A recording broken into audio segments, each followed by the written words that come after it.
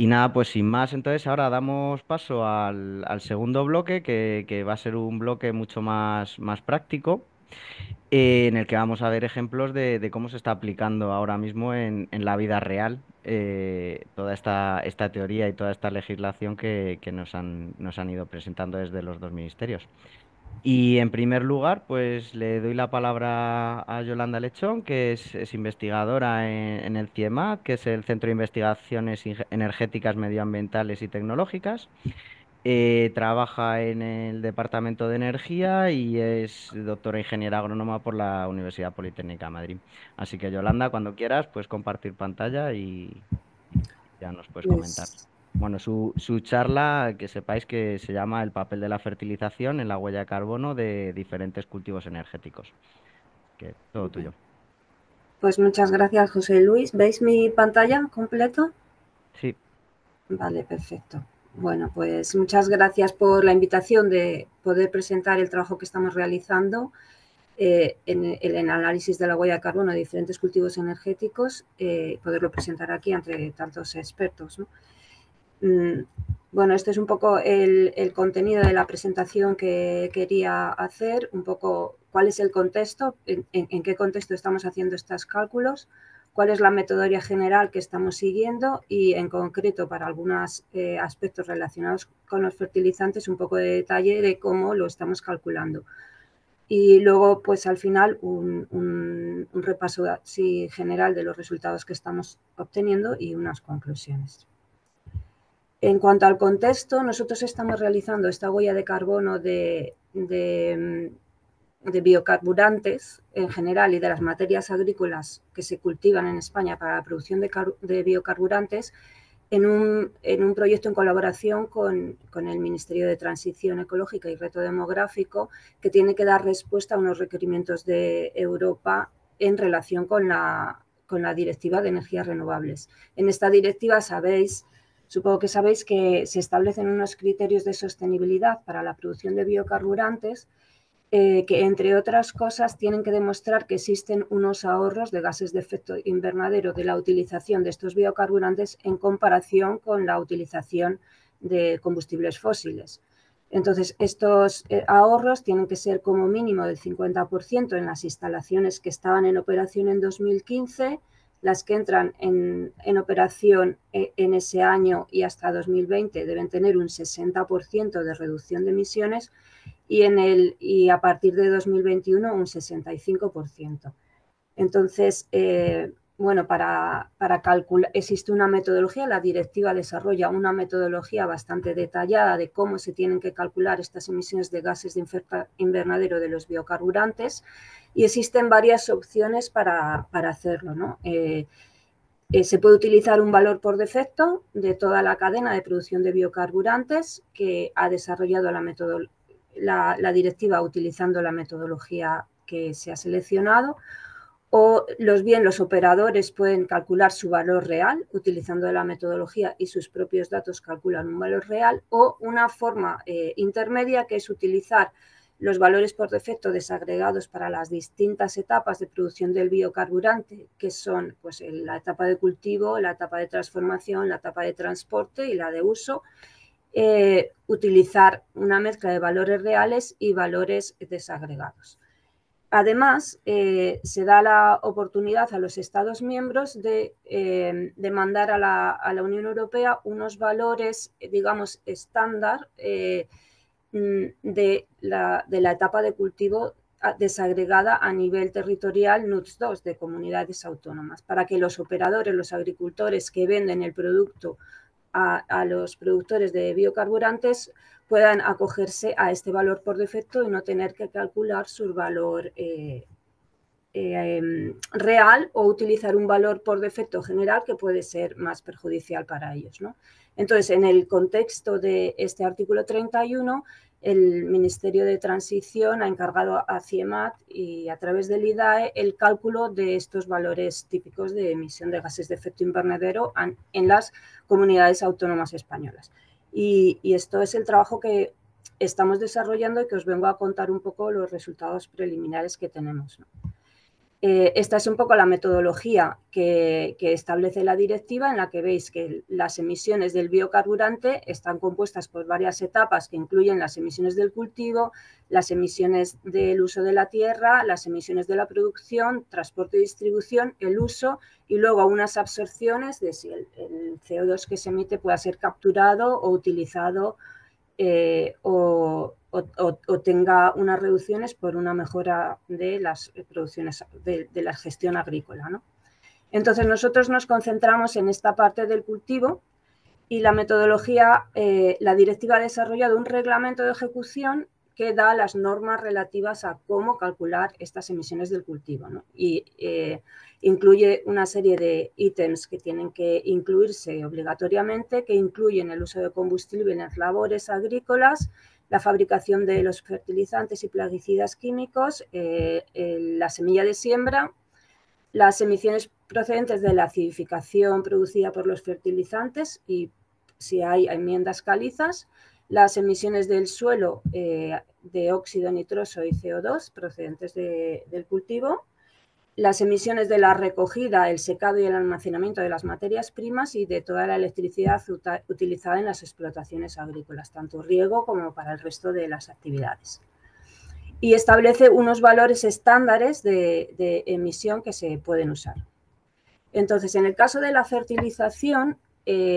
lo que es la fabricación del fertilizante, si el agricultor conoce la fábrica en la que se ha realizado este fertilizante y esta fábrica está acogida al reglamento de derechos de emisión y tiene este factor, puede utilizarlo añadiendo pues, las emisiones que proceden del transporte y otras etapas que no están incluidas en este factor, ¿no? Pero si no se conoce, que es lo habitual, pues el reglamento proporciona unos factores de emisión que están aquí detallados, ¿no? Para los fertilizantes nitrogenados, para los fertilizantes fosfatados, potásicos y fertilizantes complejos y otros fertilizantes. Como veis, existen bastantes diferencias entre los factores de emisión de los nitratos amónicos, sulfatoamónicos y el factor de la urea y entre los fertilizantes nitrogenados y los fertilizantes fosfatados y potásicos, de forma que los fertilizantes nitrogenados son la principal causa de emisiones en la fabricación del fertilizante, en la etapa de fabricación, ¿no? En cuanto a las emisiones procedentes de la acidificación producida por los fertilizantes en el suelo, sabéis que los fertilizantes generan acidez cuando son aplicados al suelo y al ser oxidados por las bacterias del suelo, y esta acidez reacciona con los carbonatos presentes en el suelo o bien con el carbonato que se puede aplicar en las enmiendas calizas y generan unas emisiones de CO2 que se tienen que tener en cuenta. Y el reglamento pues, proporciona unos factores en caso de los fertilizantes a base de nitratos y en caso de los fertilizantes a base de urea. En cuanto a las emisiones de óxido nitroso, el reglamento dice que se tienen que utilizar metodologías del IPCC, el TIR que se quiera, y entonces nosotros lo que hemos utilizado son el refinamiento de 2019, que como sabéis proporciona para los climas secos un valor de factor de emisión que es bastante más reducido que el valor de Tier 1 del 1%. Entonces, para los secanos de las zonas secas estamos calculando estos factores. Y en cuanto a la aplicación de la urea, como otros ponentes ya han dicho antes, pues hay un factor en el IPCC que es un factor de 0,2 kilos de carbono por kilogramo de urea, que es el que estamos aplicando. Y bueno, pues esto es un poco la metodología y entonces los resultados que estamos obteniendo, todos los inputs agrícolas los han proporcionado la Universidad Politécnica, la unidad de agroquímica, el grupo de agroenergética de la unidad de la Universidad Politécnica de Madrid y son pues los inputs agrícolas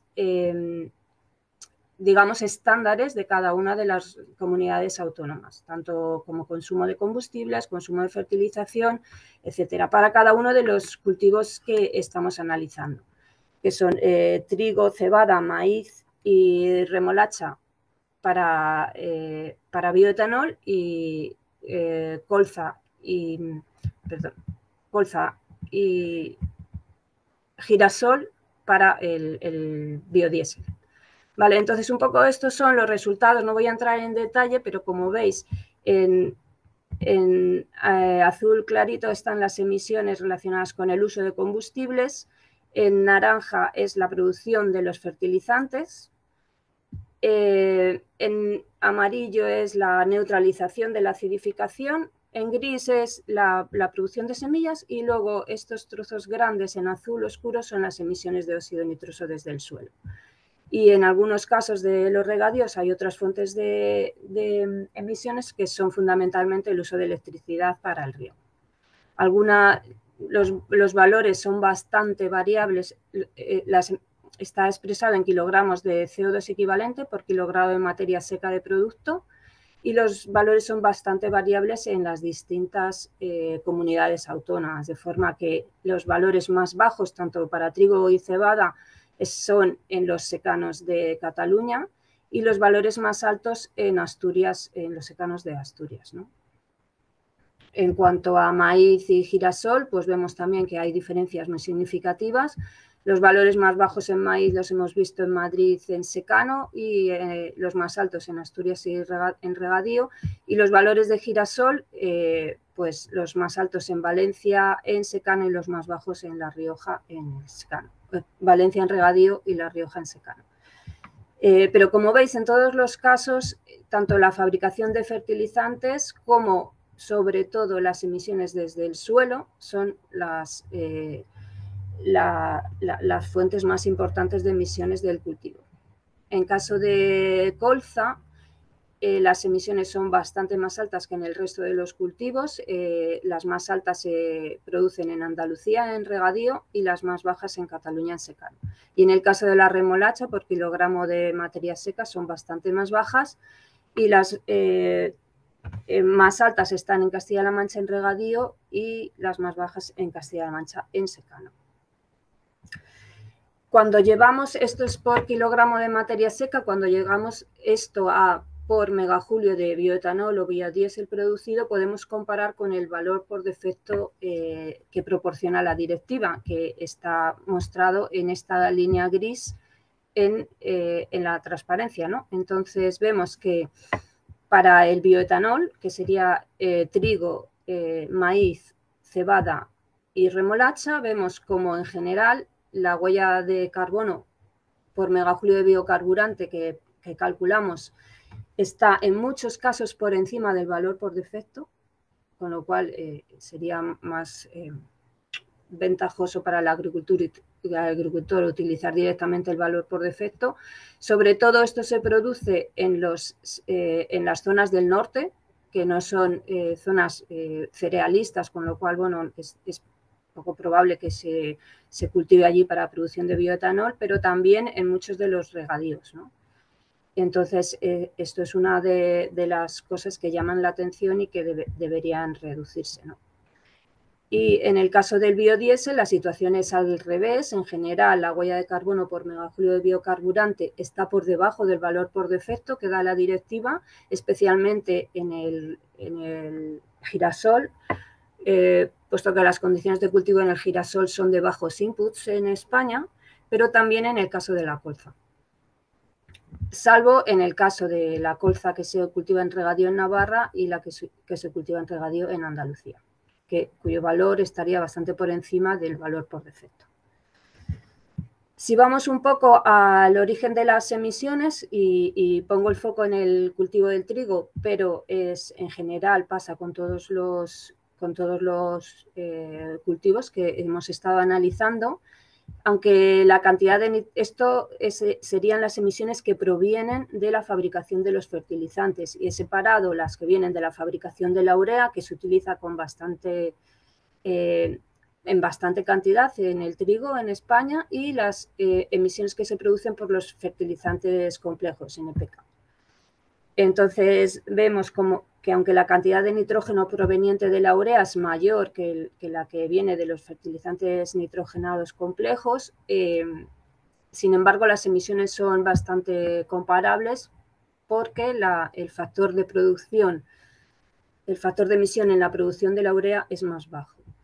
Si a esto le añadimos el resto de las cosas que están relacionadas con la fertilización, que es las emisiones de aplicación de la urea, del CO2 que se produce cuando se aplica la urea al suelo, y las emisiones que se producen en la neutralización, tenemos estos resultados en los que vemos que bueno, todas estas fuentes son fuentes importantes de emisiones de gases de efecto invernadero, ¿no? Pero si a esto le añadimos las emisiones de óxido nitroso, entonces vemos que estas sí que son la fuente más importante en general de todo y sobre todo en los regadíos. Si detallamos cuáles son la parte de emisiones de óxido nitroso que vienen de forma directa, que es en la gráfica de abajo, las barras azules, estas serían las emisiones directas, y las barras pues que son naranjas y grises, las emisiones indirectas, que vendrían por lixiviación y por volatilización. Vemos como las emisiones directas son la mayor parte de las emisiones de óxido nitroso. Y las emisiones de óxido nitroso, la mayor parte de las emisiones relacionadas con la fertilización en el cultivo. Entonces, bueno, con esto podemos concluir algunas cosas. En lo que se refiere a los biocarburantes, lo que vemos es que la producción de la huella de carbono de la producción de materias agrícolas para la producción de bioetanol se sitúa en algunos casos por encima de los valores por defecto. Y no es así el caso en el caso del biodiesel, que en general se sitúa por debajo. Entonces, hay una necesidad de reducir la huella de carbono del bioetanol para garantizar la sostenibilidad. Es decir, si se van a utilizar materias primas agrícolas nacionales para la producción de bioetanol en el país, es necesario reducir esa huella de carbono para asegurar que el bioetanol producido en España es sostenible. En cuanto a las emisiones relacionadas con la fertilización nitrogenada, vemos que estas son la mayor causa de emisiones de la huella de carbono total de los cultivos estudiados, que en general más del 75%.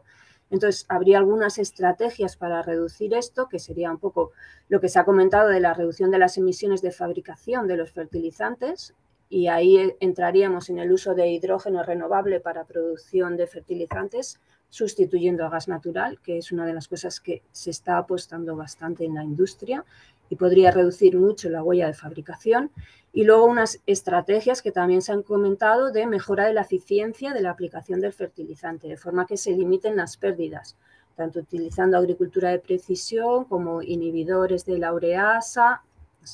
y otras estrategias que puedan mejorar y reducir la cantidad de nitrógeno que se aplica al fertilizante para cubrir sus necesidades, las necesidades del cultivo, ¿no? Y luego hemos visto que las emisiones de óxido nitroso son las que dominan las emisiones relacionadas con la fertilización. Entonces, estrategias de uso de fertilizantes con inhibidores de la nitrificación podrían ser también importantes de cara a reducir esta huella de carbono. Y ya está. Esto es un poco lo que quería contaros. Pues muchísimas gracias, Yolanda, porque yo creo que nos has dado unas pinceladas bastante concretas de dónde estamos perdiendo más, dónde podemos actuar mejor y bueno, pues yo creo que ha merecido muchísimo la pena esta presentación.